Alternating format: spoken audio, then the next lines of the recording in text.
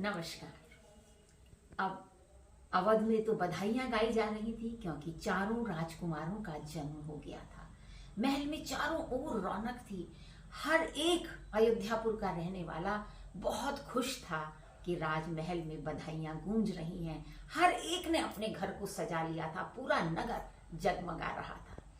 कुछ दिन ऐसे ही बीते। फिर एक दिन राजा दशरथ सोचने लगे कि ये चारों बालक धीरे धीरे बड़े हो रहे हैं, क्यों ना मैं मुनि विशिष्ट को सादर पूर्वक महल में आमंत्रित करूं और इन बच्चों के नाम रखने की उनसे प्रार्थना करूं। तो उन्होंने अपने एक सेवक को भेजा कि जाओ और संपूर्ण आदर के साथ मुनि विशिष्ट को हमारे महल में लेकर आओ, जिसको तुलसीदास ने बहुत सुंदर तरह से लिखा कि कछुक दिवस बीते एही भांति, इस प्रकार से कुछ दिन बीत गए, भूप बोली पठिए मुनि ज्ञानी। राजा ने अपने एक सेवक को भेजा कि जाकर ज्ञानी मुनि विशिष्ट को ले आओ। करी पूजा भूपति अस भाषा, धरिए नाम जो मुनि मन राजा। जब मुनि विशिष्ट महल में आए तो राजा ने हर प्रकार से उनका आदर सत्कार किया, उन्हें दान दक्षिणा दी और हाथ जोड़कर उनसे विनती की कि हे मुनीश्वर, आपका जो मन चाहे आप इन चारों राजकुमारों का आज आप नाम रख दीजिए।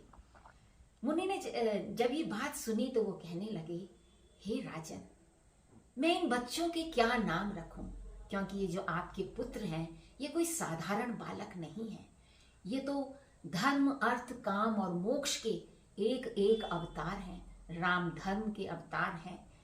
इसी प्रकार से लक्ष्मण, शत्रुघ्न और भरत मोक्ष के अवतार हैं। लक्ष्मण काम के अवतार हैं।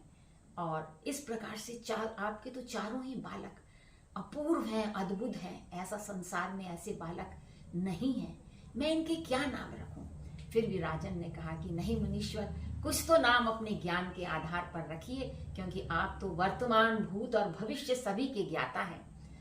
तो मुनि ने कहा कि ठीक है, 2 अक्षर का नाम राम, जो अलौकिक हैं, समस्त ब्रह्मांड जिनके भीतर बसता है, जो सभी के नियंता हैं, कृपालु हैं, ऐसे पुत्र कौशल्या के उन्हें हम राम कहकर पुकारेंगे। और वो जो समस्त संसार का भरण पोषण करेंगे वो भरत, कैकेयी के पुत्र भरत कहलाएंगे।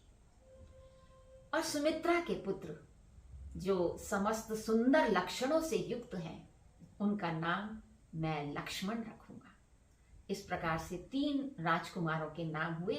और चौथे पुत्र जो सुमित्रा के एक और पुत्र थे, उनके लिए उन्होंने कहा कि जिनका नाम लेने से ही समस्त शत्रु दल, अरिदल डर जाएगा, कांप जाएगा, जो इतने वीर और बलवान होंगे, तेजस्वी होंगे, धनुर्धर होंगे, उनको हम शत्रुघ्न के नाम से पुकारेंगे।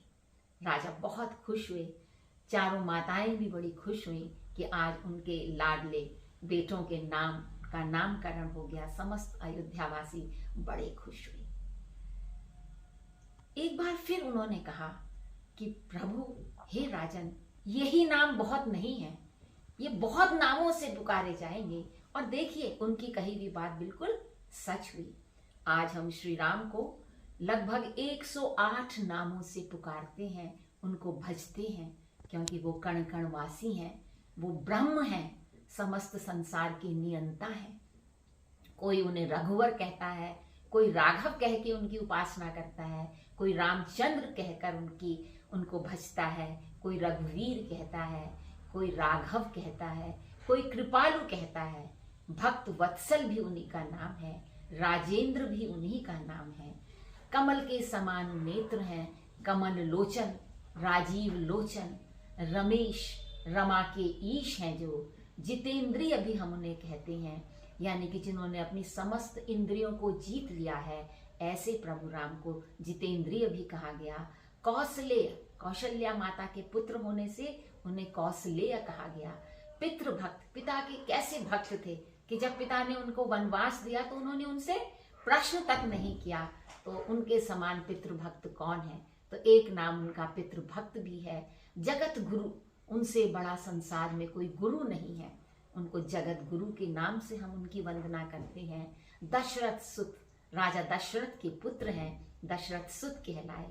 मितभाषी, श्री राम ने जब भगवान विष्णु ने राम रूप में अवतार लिया तो उन्होंने बहुत संयमित भाषा का इस्तेमाल किया, बहुत कम और बहुत उपयुक्त भाषा का शब्दों का वो प्रयोग किया करते थे, इसलिए उनको मितभाषी कहा गया।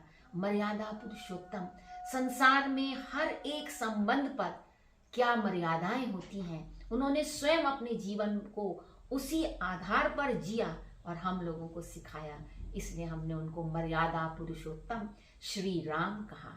हरि, जो समस्त बाधाओं को हर लेते हैं, ऐसे भगवान हरि। धनुर्धर, जो हमेशा अपने हाथ में धनुष बाण लिए रहते हैं, उनको धनुर्धर कहा।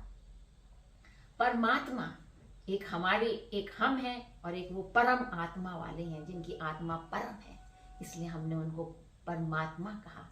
परम ब्रह्म, जो ब्रह्म से का स्वरूप है, उनको परम ब्रह्म के नाम से पुकारा। रघुनंदन, रघुवंश के जो नंदन है, पुत्र हैं। तो इस प्रकार से 108 नामों से हमने भगवान श्री राम को पूजा है, भजा है, उनकी वंदना की है, उन्हें जाना है, उन्हें पहचाना है। और हर विविध नामों से, जैसे माँ अपने बच्चे को विविध नामों से पुकारती है, लेकिन वो नाम भी कुछ सीमा तक होते हैं, लेकिन प्रभु नाम के तो लगभग 108 नाम हैं। इस दृष्टांत से हमें ये बात समझ में आती है कि जब भी हम अपने जीवन में अपने बच्चों के नाम रखें तो किसी ज्ञानी विद्वान की सहायता से ही रखें, और नाम ऐसे रखें क्योंकि नाम का प्रभाव मनुष्य के जीवन पर पड़ता है। यथा नाम तथा गुण कहा जाता है, इसलिए नाम हमेशा सार्थक हो, सुंदर अर्थ वाले हों, ताकि उसका प्रभाव जब बच्चे के जीवन पर आए तो उससे उसका जीवन और सुंदर और सफल हो। तो ये था रामचरितमानस के अनुसार कि किस प्रकार चारों राजकुमारों का नामकरण संस्कार हुआ। उसके बाद उनका बाल्यकाल किस प्रकार से व्यतीत हुआ, इस पर हम अगले वीडियो में चर्चा करेंगे। आज के लिए हम यहीं समाप्त करते हैं आज का वीडियो। तब तक के लिए नमस्कार, जय श्री राम।